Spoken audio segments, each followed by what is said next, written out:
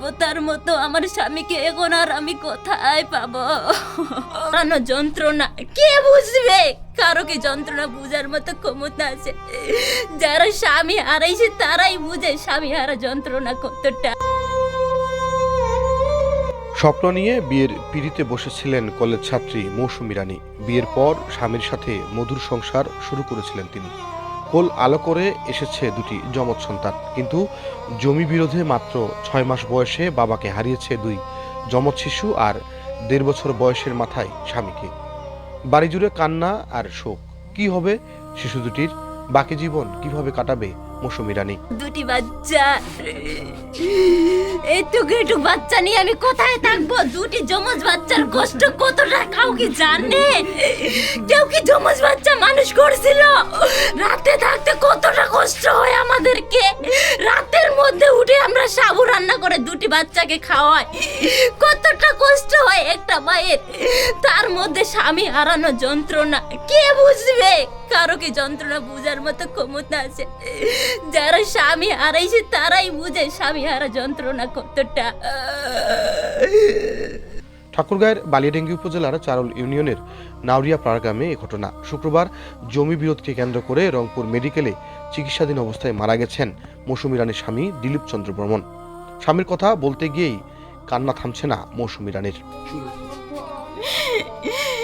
অনেক স্বপ্ন নিয়ে আমাদের বিয়ে হয়েছিল, হঠাৎ করে বিয়ে হয়েছিল, কিচ্ছু পাইনি, শুধু আমচুরা খাইছিল। বিয়ের পর আসে বলতেছে কি খাওয়াইলি আমচুরাই? আমি এত পাগল হয়ে গেলাম।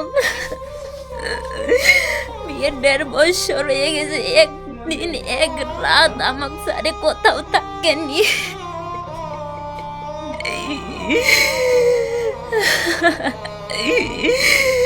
বিয়ের 1 মাস পরে আমার পেটে বাচ্চা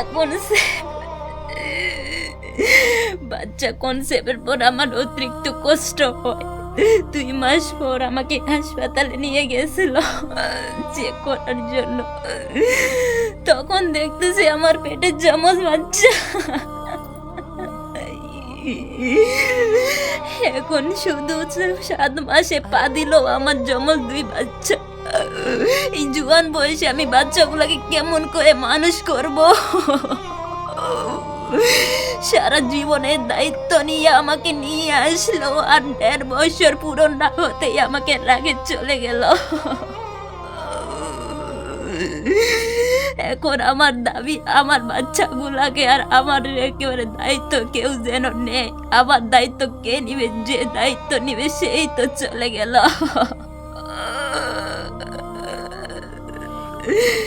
আমার সব স্বপ্ন, দুজনের সব কিছু শেষ করে দিল। আমার স্বামীকে ধারালো অস্ত্র দিয়ে মারে আমার স্বামীকে জীবিত দিয়ে গেল। দেবতার মতো আমার স্বামীকে এখন আর আমি কোথায় পাবো?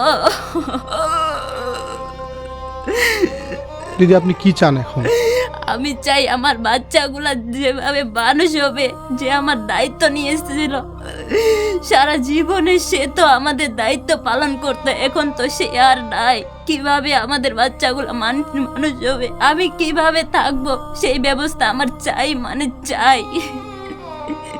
আপনার স্বামীকে হত্যা করা হয়েছে, আপনি বিচার চান কিনা? অবশ্যই চাই। আমার স্বামীকে যে বিচার মারছিল সেও যেন সেভাবেই মারা যায়। সেও যেন বুঝে যে একটা মায়ের কতটা কষ্ট হয়। সেও যেন বুঝে যে একটা মেয়ে মানুষ যখন জুয়ান বয়সে বিধবা হয় তার কষ্ট কতটা হয়।